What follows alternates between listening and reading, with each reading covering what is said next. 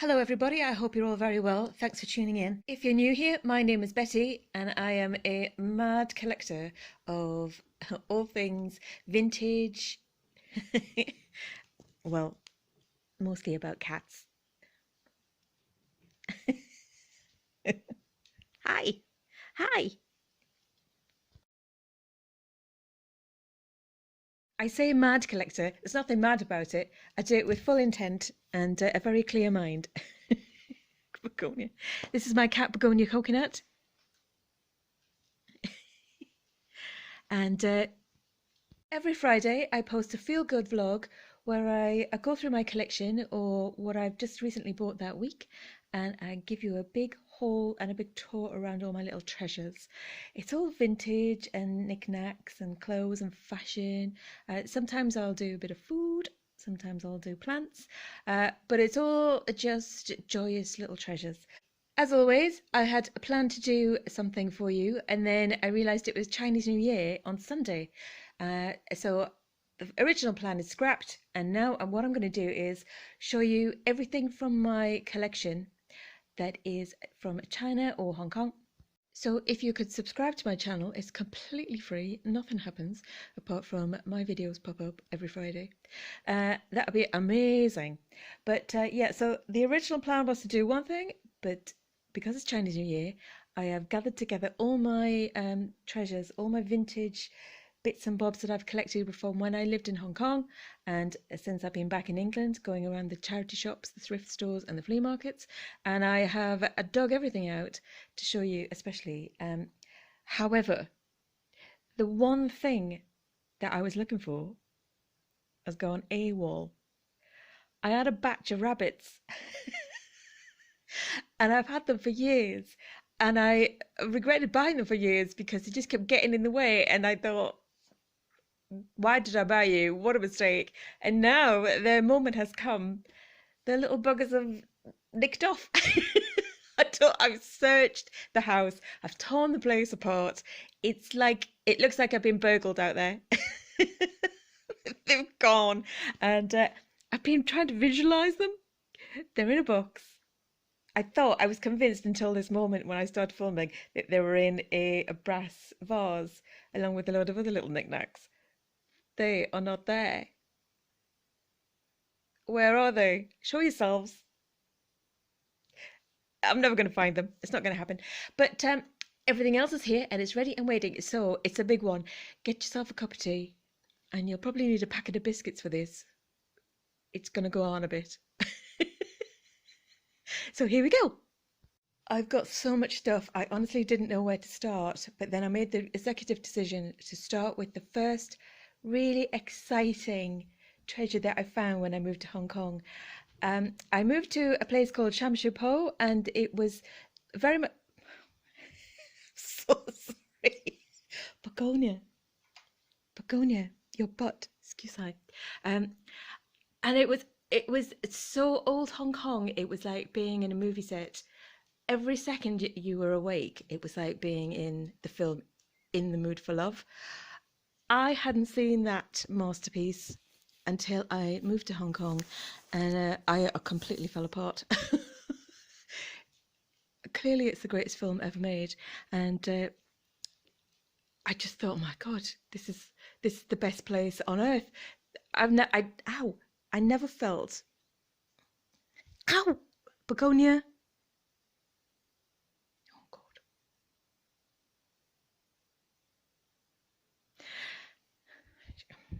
Why are you bitey? She's in a bitey mood. I never felt so at home in a natural environment in my life until I stepped foot in Hong Kong. I swear to God, it was completely life-changing. I was in this terrible job in a terrible flat, and all the while planning my escape. And through word of mouth and just some, incredible strokes of luck, I found this amazing flat. It was on the top floor, the 9th floor of a walk-up in Sham Shui Po. I'd never been to Sham Shui Po in my life. Everyone warned me it was terrifying. It wasn't. It was paradise. Everything was out on the streets. All the shop fronts were open. It was electric lights, markets, life, people just bustling, stuff teeming out of the shops onto the streets all the time. Just it was just a dream. It was an absolute dream.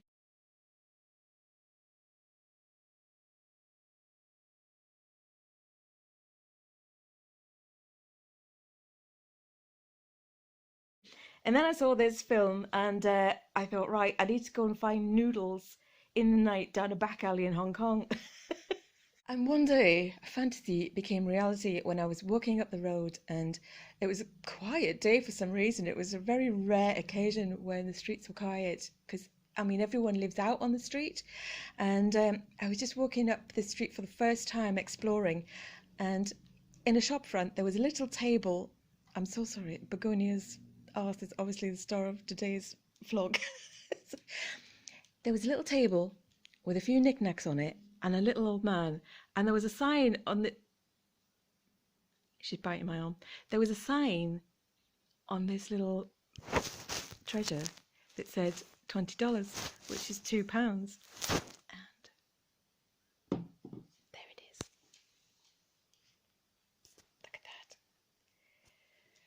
that. Authentic, original, vintage Hong Kong noodle carrying flask. It was the start of a million dreams coming true in Hong Kong. I mean, look at it. I mean, imagine coming home from work and then picking up your noodle flask and just going down the 18 flights of stairs from your walk up in the hot, dark, brightly lit night of steamy Hong Kong, looking for your dinner in a clandestine meeting with a handsome man. Yeah. So the next big thing that happened to me was I went on my first ever mountain hike. I'm not really a hiker. I'd never done that sort of thing before. I'd lived at the bottom of a mountain in Quarry Bay, which I called Mau Mountain because it was just full of cats. They all lived in the mountain and they must have just had the most incredible, perfect life. But one day, it was probably about a year after I moved there actually, I went on a hike with some friends and came across a scene that completely blew my mind. It was a sort of like a sanctuary area where people leave ceramic figures of Guan Yin, the goddess, on a sort of platform in the mountain as a memorial.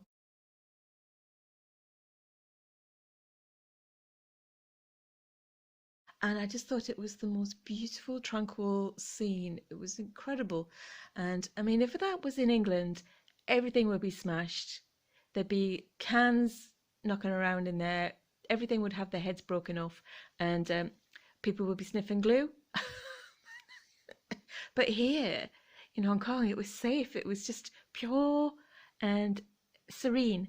And I thought, oh, goodness, I'll have a bit of that. I'm an atheist. I'm very respectful of other people's religions, and I'm just really obsessed with other people's cultures. Well, British culture as well, and also superstitions. Hong Kong was very, very superstitious, and I couldn't get enough of the stories really. So I made it my mission to go through the flea markets in Sham Shui Po where I lived, and if I saw a Guan Yin, a statuette, or a little Buddhist monk statuette, I would buy them and make my own little sanctuary, my own little peaceful corner. And one day I was walking up the street and there were lots of Buddhist shops that sold lots of Buddhist artifacts. And I saw through the window, well, through the open door, because this is Hong Kong, everything's open. I saw a vision. I saw my perfect statuette. So I bought it. There she is. What a vision. I remember it being extremely expensive, but worth every penny at the time. I used to go up the street quite a lot and used to go in the shops, and everyone was really friendly. They sort of got to know me, and they'd always say hello and have a little chat. But one day I went in and there was a little cat sat at the table, and it was eating noodles with, I kid you not, some chopsticks. I'll insert a photo for you here. So clearly I was already in my safe space. So that was the right shop to buy the right meaningful statuette. And Guan Yin, I discovered, is the goddess of compassion. She sacrificed her goddess status, apparently, to become what we would class as a saint. So she wanted to stay earthly to continue helping the people. Anyway, I love her, and she has been around the world with me. I don't know how she survived because honestly, those are meant to just knock off, aren't they? And she's been in a really lovely place upstairs in my bedroom, which was my first bedroom when I started renovating the house. But now I think it's time to move her to another position. I think it just sort of got a little bit lost up there. It was up in the corner. I'll show you where I had everything.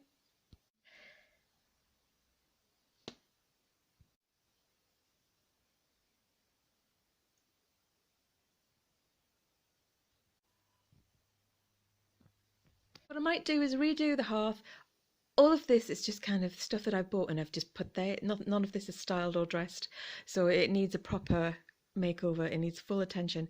So what I might do, if she fits, is tile the inside of the fireplace and then make that like a safe nook for her. I think that would be perfect. I have the tiles for it, so if she fits, we're cooking with gas. Next thing I found in the flea market in the streets was this fantastic vintage aluminium tiffin tin. It was filthy. It was kind of orange with kitchen grease, but I scrubbed it up and it's just fabulous. Everyone loves the traditional old style apothecary shops that are the Chinese medicine shops. They're so beautiful and they're completely mysterious. Impenetrable if you don't know any Cantonese or any Chinese languages, but they look incredible. And the dream of finding one of the original jars was burning away in the back of my mind because I love jars, I love boxes. Yes, love. And one day I was walking through the markets, the street markets in the Pole, and there was just one there. There was just one sitting there. I thought, is this real? Am I dreaming? And it was about £1. It was probably about $10. And when I got it home, I carried it like a precious kitten. I did some research and looking at the glass and the bubbles in it and the style of the top and where it was in the market, I think it might be. Oops, sorry, love. Oh, what's wrong? I think it might be over 100 years old. So credit to me for getting that home in one piece. I'm taking all the credit for this.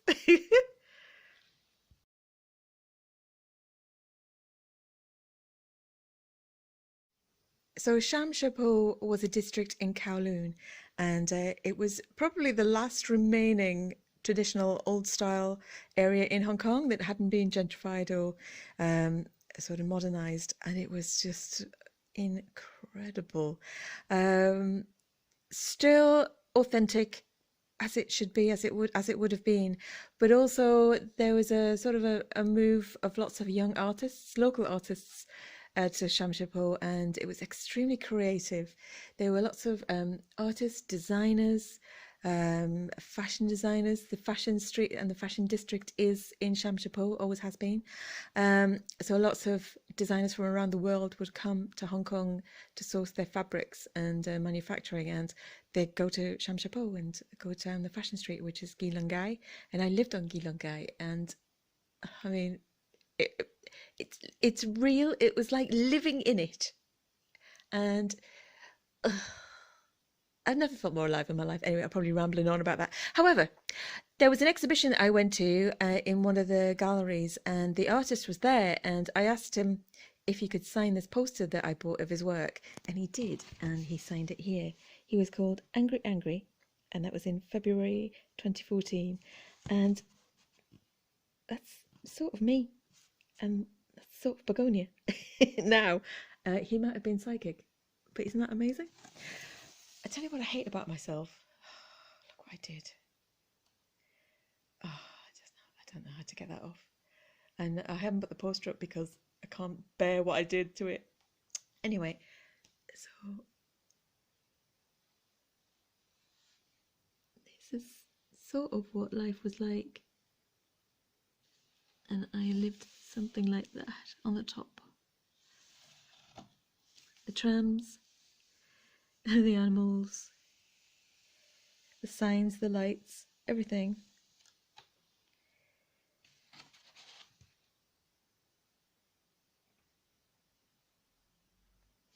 And my mate Spike bought me these. Before I even decided to move to Hong Kong, she bought me those and I took them with me. Thanks, Spike.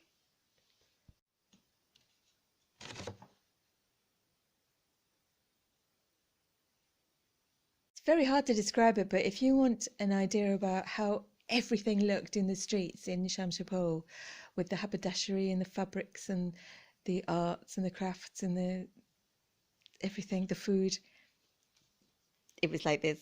It just looked like this. These colours everywhere, from the floor to the sky. It always seemed to be nighttime, but it never got dark. And there's more of these in there.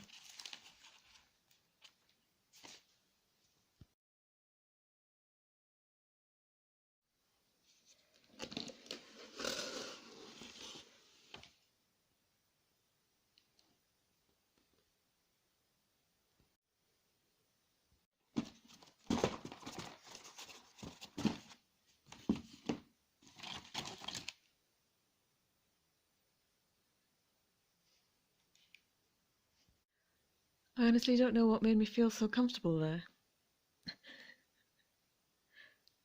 I really love that feeling of being a foreigner. That feeling of, it's quite liberating. You feel very free when you don't know what's going on. It's only when you start to understand that you think, oh, it's time to go. Yeah, and also another one of the things that's really exciting is kind of finding yourself in that position where you are just like on another planet. You are so far from what you've known and your normal life this far. You sort of have an outer body experience, and I never ever get tired of those outer body experiences. I love them. Sometimes I'd be standing in my flat. It was this huge flat. It had a chandelier. I can't begin to tell you how, and it was cheap. Well, cheap for Hong Kong. I can't begin to tell you how what a stroke of luck it was finding it. Actually, I don't believe in luck. I absolutely grafted to get that flat.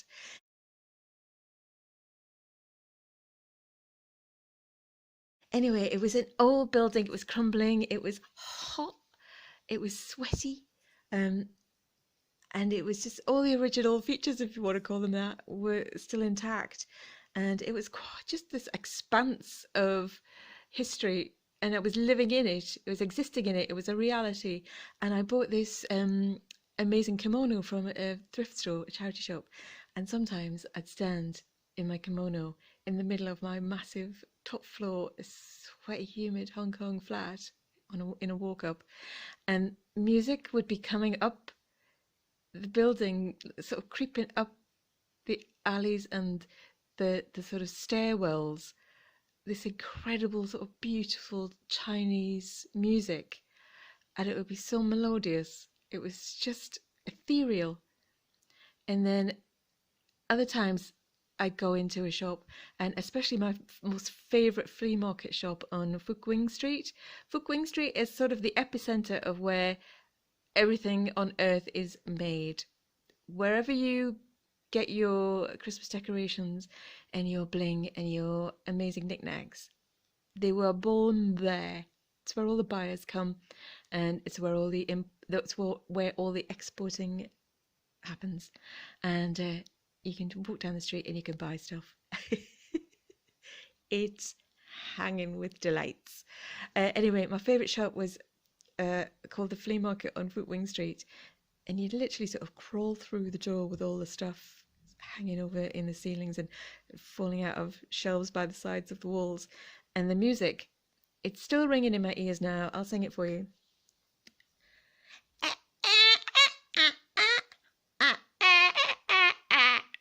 That's exactly as it was, and that was all it was, and it was distorted, and it would just repeat over and over and over again. and I and I so felt so foreign at that point, wondering what was going on. Anyway, I loved it. It was so painful, but I loved it. And the reason I'm telling you that story is because I forgot I had this. Wait there. Cheesy pineapple thing, anybody? With a little added surprise?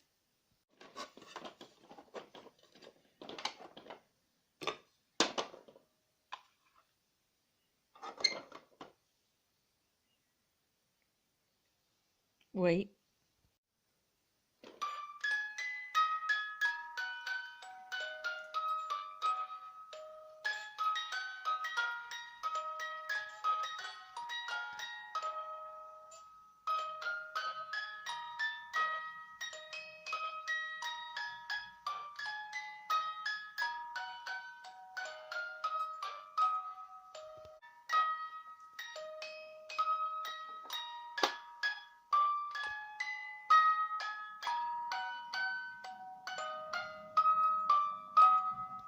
In that flea market that I used to go to practically every night after work, I used to sit at work thinking, oh God, I can't wait to get to the flea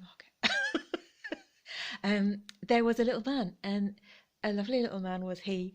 He would sit in his booth, surrounded by fake flowers and foliage. It was like some sort of Hong Kong tropical garden in there with the music. Anyway, so I'll show you all the flowers I bought. There's a whole huge suitcase full of fake flowers upstairs. Couldn't get enough of the fake flowers. They were everywhere in Hong Kong. And I remember someone saying to me, "Don't you think it's bad luck to have fake flowers?"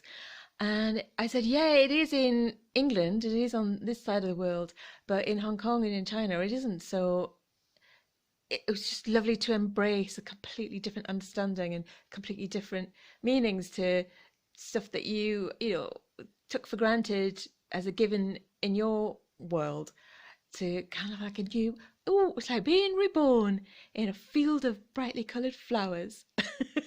Anyway, I'll show you some of them.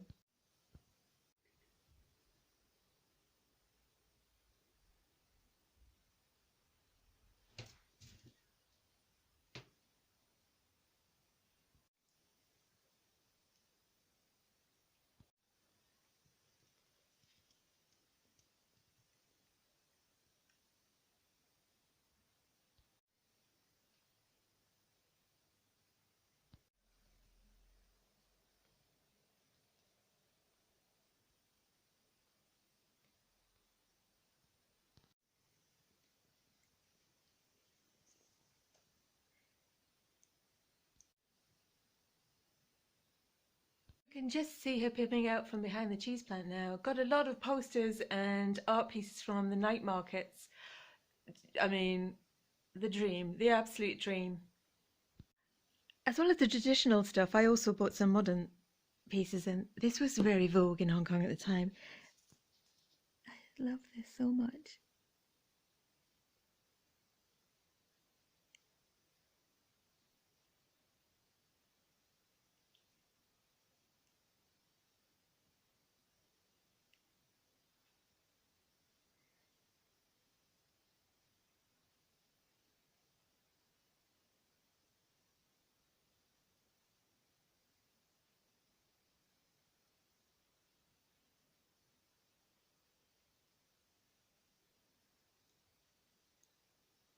I remember going into one of my regular thrift stores, and it was on the shelf behind the ladies at the till, and I couldn't barely speak a word of Cantonese.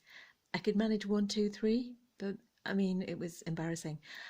So I did a lot of communication through pointing and yeses and pleases and sort of head gestures, left a bit, right a bit, that type of thing. And it took a lot of gesticulating to get this peacock off the back shelf. But when we finally realised what we both had to do, it was a moment of shared joy. So I love this little peacock. I love the moment that I had that connection with someone, and I just love him. God knows how we made it back in one piece. So lovely modern Hong Kong pieces, and I I can't find the rabbits. I swear to God. I think they've legged it. I think they've literally scarpered out of the house. I haven't sold them. I haven't given them away. They've burrowed under the floorboards and they've legged it off. So instead of Year of the Rabbit, can we have Year of the Robot, please?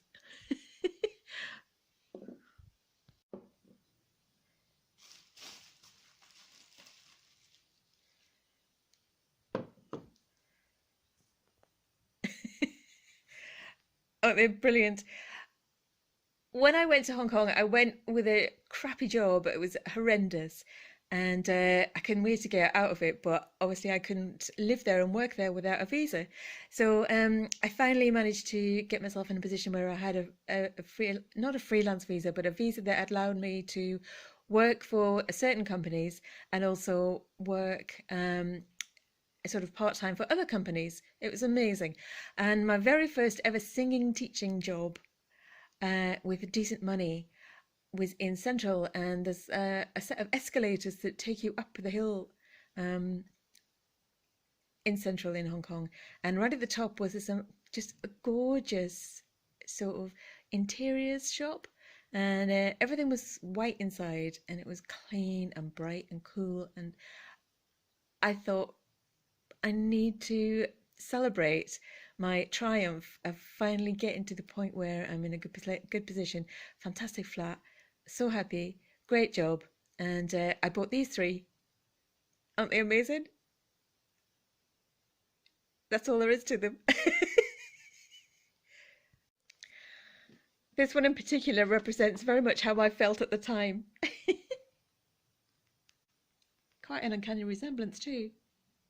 Although maybe I look more like this one. Do you know what? If I had three kids, this would be them. Right, I found this tin when I was rooting around in the bags last night, and I don't know what's in it. I haven't opened it. It was biscuits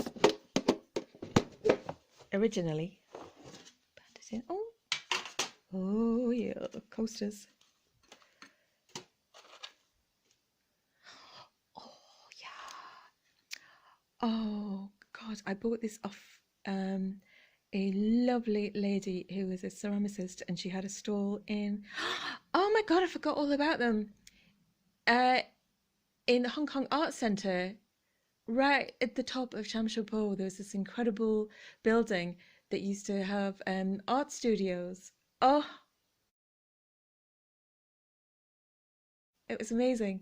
And next door to it was a place where you could, I think it's converted into the YMCA, but we used to sit in the centre because it was full of palm trees and just drink coffee and Coca-Cola all night and chat. It was just fantastic.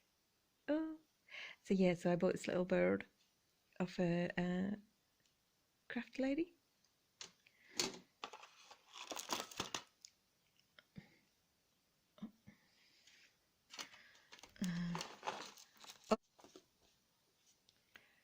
Frog fasteners from a amazing accessory shop next to my flat.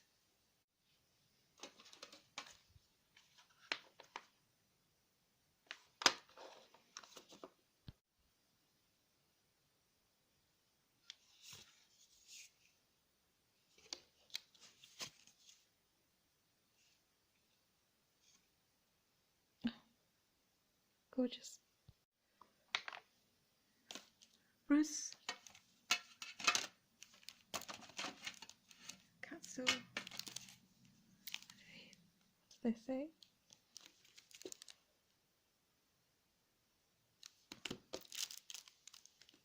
I think they're little cards with slogans and mottos on them, sort of, the meaning of life type things, little memes and inspirational quotes with illustrations.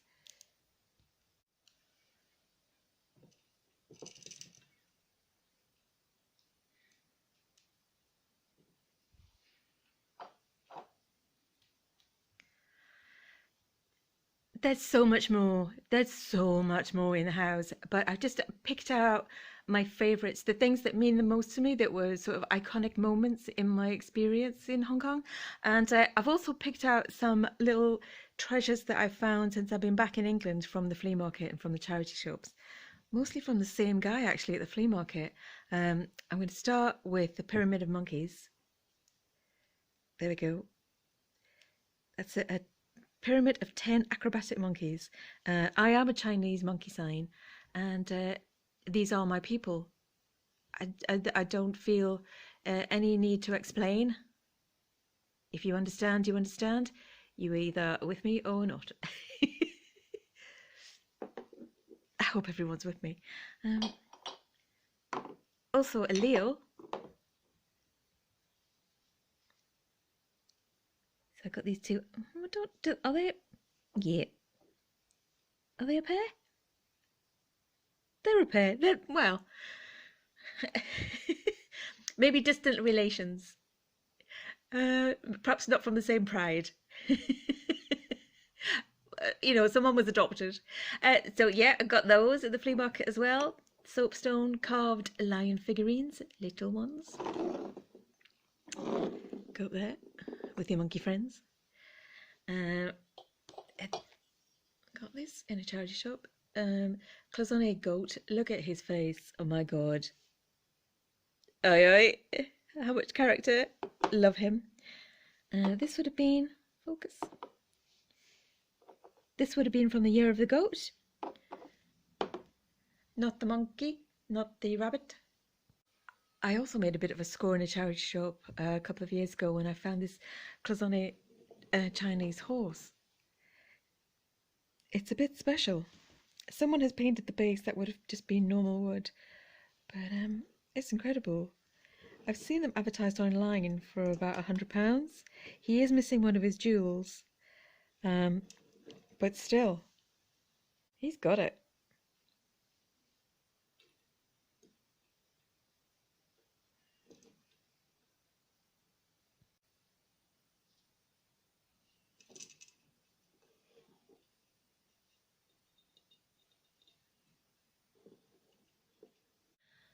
And another one of my favourite items that I bought from Alan at the flea market is this beautiful replica water buffalo. I just adore him. He's so beautiful. The original jade one, priceless. Mine, £3, I think. Priceless to me. And these two fellas, dragon turtles. They got a little turtle on the back, and look at them teeth. I used to know someone with teeth like that. The dealer at the flea market thought that they were resin, but mixed with the jade dust and chips that would come off from the jade carvings. So they'd sweep all the powdered jade up when it was chipped off when they were creating the valuable pieces, and mix it with resin and produce these cheaper pieces for the mass market. I mean, I've never seen any other ones. They weigh the weight of a middle-aged, medium-sized man. Don't ask me how I got them to the car. It was a bit of a mission, but yeah, I just think they're amazing. And you're supposed to put them in your window, pointing northwest, I believe. And I've had them in the window pointing northwest. They're supposed to bring in riches. They're supposed to be very powerful for a business. So come on, lads, do something. I can't do it all on my own. Maybe it's because I did this to my Chinese money plant. I take full responsibility for this, and I'm deeply ashamed. Just gonna get rid of that. Hey, love. Hello, love. And definitely, finally, I'm definitely going to stop because I could go on forever, and I feel like I'm losing you. You have lives to live and people to see and things to do. But I found this amazing vintage Booths dragon print tea set. I have got a very strict rule which I break constantly, not to buy any more tea sets. I'm going to do a video about my tea sets and then I'm going to get rid of them because there's just too much. There's too many. And I don't even really like eating. Definitely don't like people around the house. Happy to go around theirs though, and that's not a problem. But yeah, so I found this amazing vintage tea set in a charity shop. I paid £8 for the whole lot, and each dinner plate goes for £10 as a replacement. It's a really lovely set. I didn't know at the time when I bought it, but I just couldn't leave it. I thought it was beautiful. It's still in such good condition for its age. It would have been from the 1930s. It still has a slight deco look, slightly geometric in its form, but with a classic traditional dragon print decoration. There are 4 cups, 5 saucers, and 2 for 6 plates and a serving platter. So what I might do is keep 4 of everything for myself, but sell the others for replacements. So if you're looking for a piece to replace something you've broken or lost or you're missing, leave a message. Just put a message underneath the video. That'd be great. Or I might just list those at some point in the future on eBay. So if you're just in the mood for a bit of a browse, please have a look on my eBay site. I put a link to my page in the description underneath the video. So yeah, it's got a lovely little surprise treat inside as well. Tiny teacup. That would not be enough for me these days. But we can pretend that we're still delicate sometimes, can't we?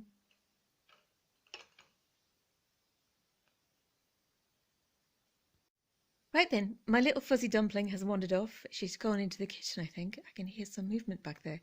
So I'm going to join her and I'm going to rustle up some dumplings from my trip yesterday. Back in a second.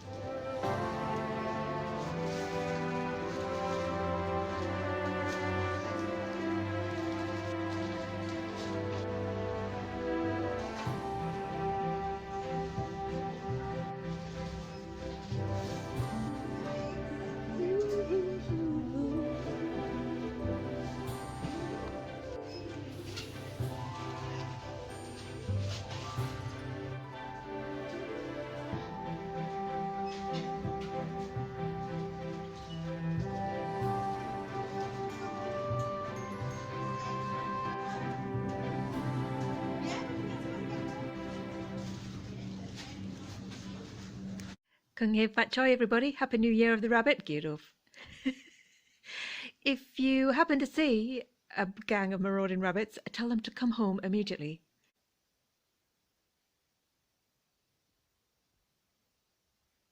Thank you. Bye-bye.